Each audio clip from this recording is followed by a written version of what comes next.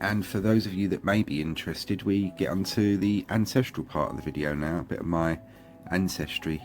This is the image we began with, Manchester Road, looking down at the church, and this part covers my great-grandmother Maud Wanless, later married name Price, and her brother Joseph Wanless, both born in Barkew Street, as you can see over to the right, and both christened in this church.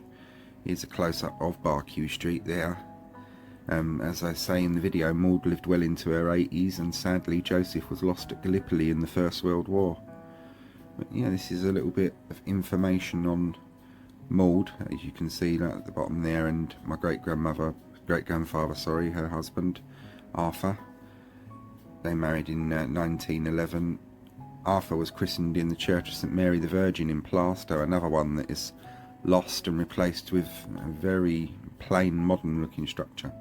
You can see Maud's christening date there and details and such like.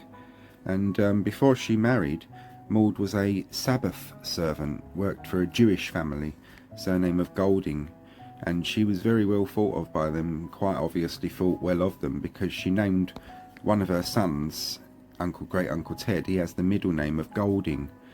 It took me a while to figure out where that came from, but with research and the census and stuff like that, that's where we go.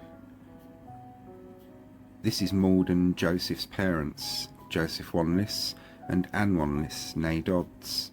Now, the Wanlesses all had, as my nan told me, and we can see in some of the photographs, very pale blonde hair. Joseph, bless him, he's only in his 40s in this picture, and he looks old, but that's because of the blonde hair, and he'd gone more or less completely bald. But yeah, he died at the age of 45 in 1900. But Anne there, she looks very stern and strict, but was apparently a very religious woman, and they're obviously dressed in their best. By the time this photo was taken in the late 1890s, they'd moved to Canning Town, and Joseph had gone up a bit in the world with his work, had become a master boilermaker. So yeah, that's just a little bit of that.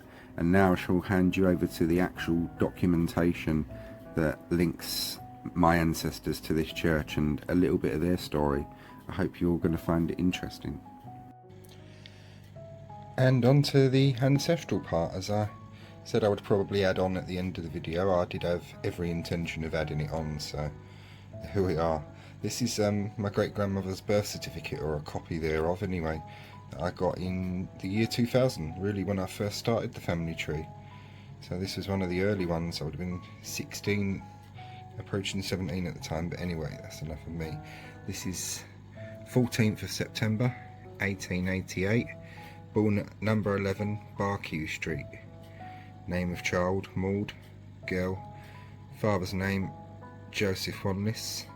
Name and surname of the mother Anne Wanless, formerly Dodds. Father's occupation labourer at the ironworks, and the signature and residence of informant A. Wanless, mother, so she registered the birth herself. And on the 27th of October, so quite late. Great Granny, or Great Nanny Price, she was very sickly as a child, so it's harsh, but in those days if they had a sickly child, people would often wait in case something happened. And as we'll discover with the christening as well, for some unknown reason, for a very religious lady who Anne Wanless was, Maud's mum, they left it quite some time before they christened her. So yeah, on to that part now, and that's our little link to this church, the document itself. Off we go. And here we are, a brand new document added to my family tree hall. A massive thanks to the church warden for sorting this one out for me. Thanks, Richard, I really appreciate that. It was so kind of you. Would have had to go all the way to the London Metropolitan Archives to get this one, but baptisms solemnised at the parish of Christ Church, Poplar, in the county of Middlesex, which was Middlesex in those days. Now this is the interesting thing, for a very religious family.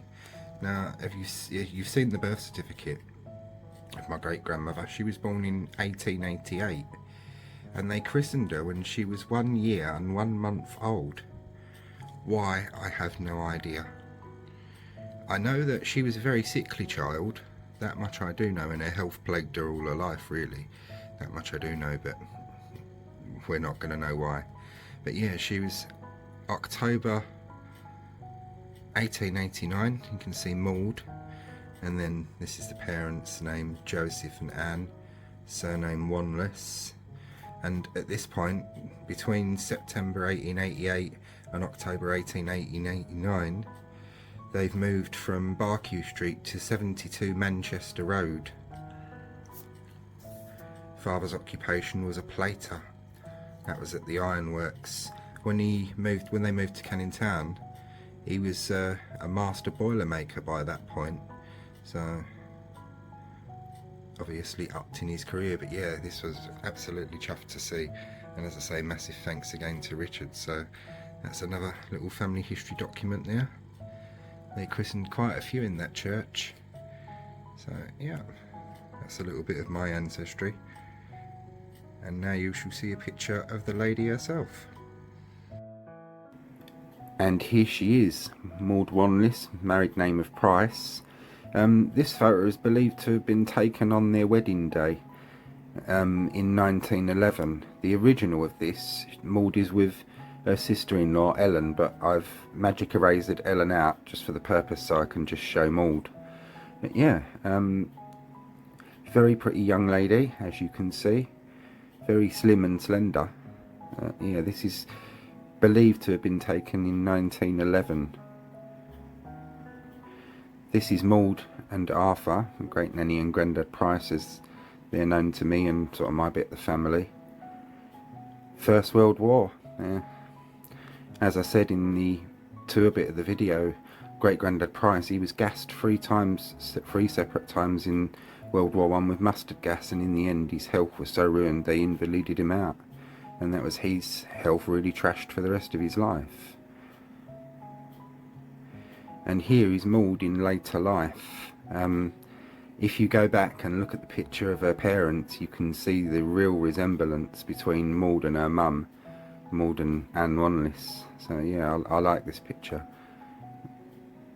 Now, that's the images of the lady herself, Maud, and for one last document, which is a pretty interesting one. As I said, it will show the going up in circumstances of Maud's dad, Joseph Wanless, and also it's one of my favourite documents because it's really where the family tree all began. So I'll hand you over to that now. And one last document I wanted to include in Maud and Arthur's life, really, although it's not associated with the church, is this document. One, because as I mentioned, you see Maud here, she's aged 22, a spinster, both living in Chargeable Lane in Plaistow, just round the back from where I live now. But Maud's father, Joseph Wanless, beg your pardon, that was me that caused that,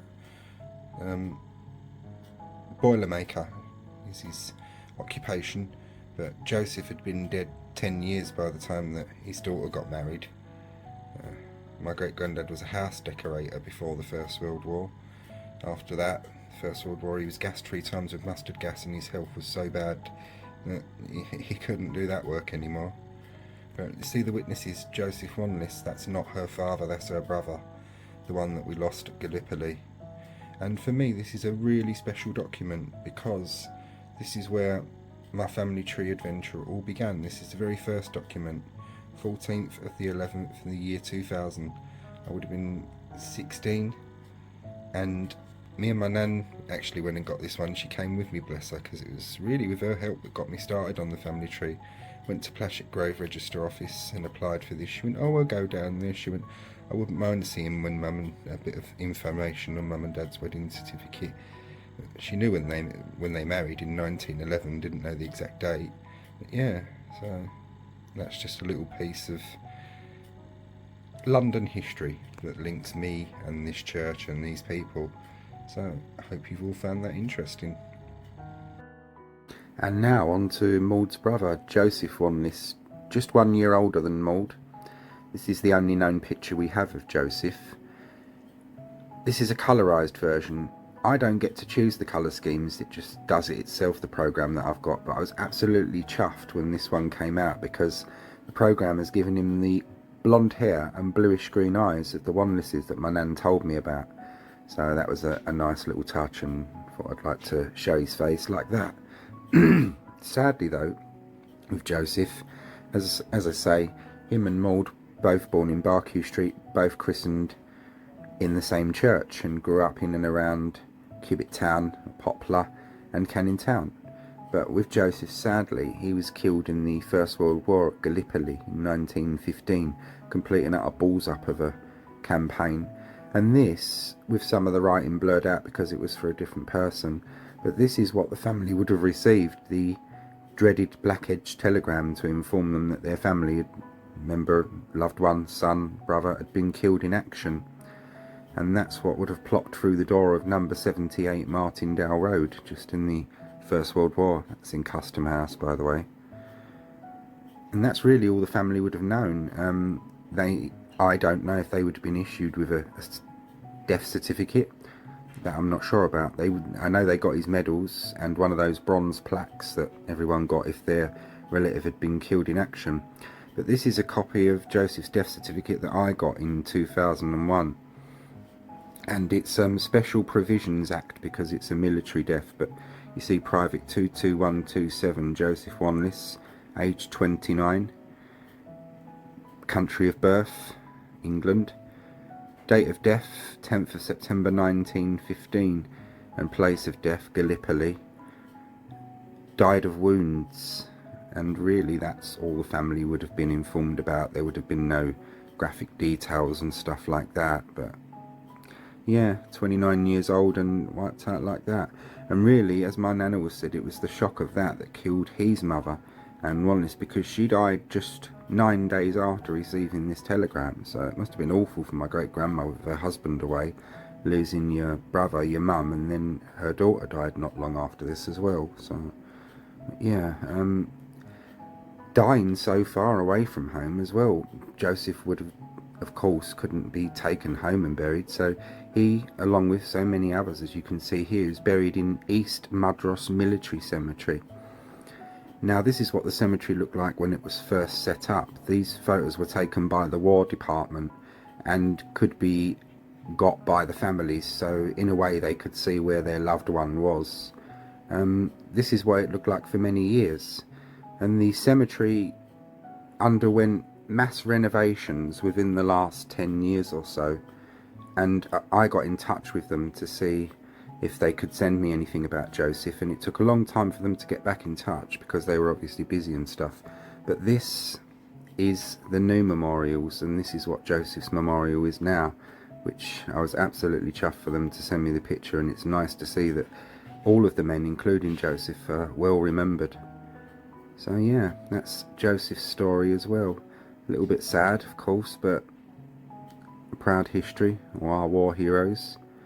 Anyway, I hope you've all found this interesting, and I'll end us off on something a little bit more cheerful than this.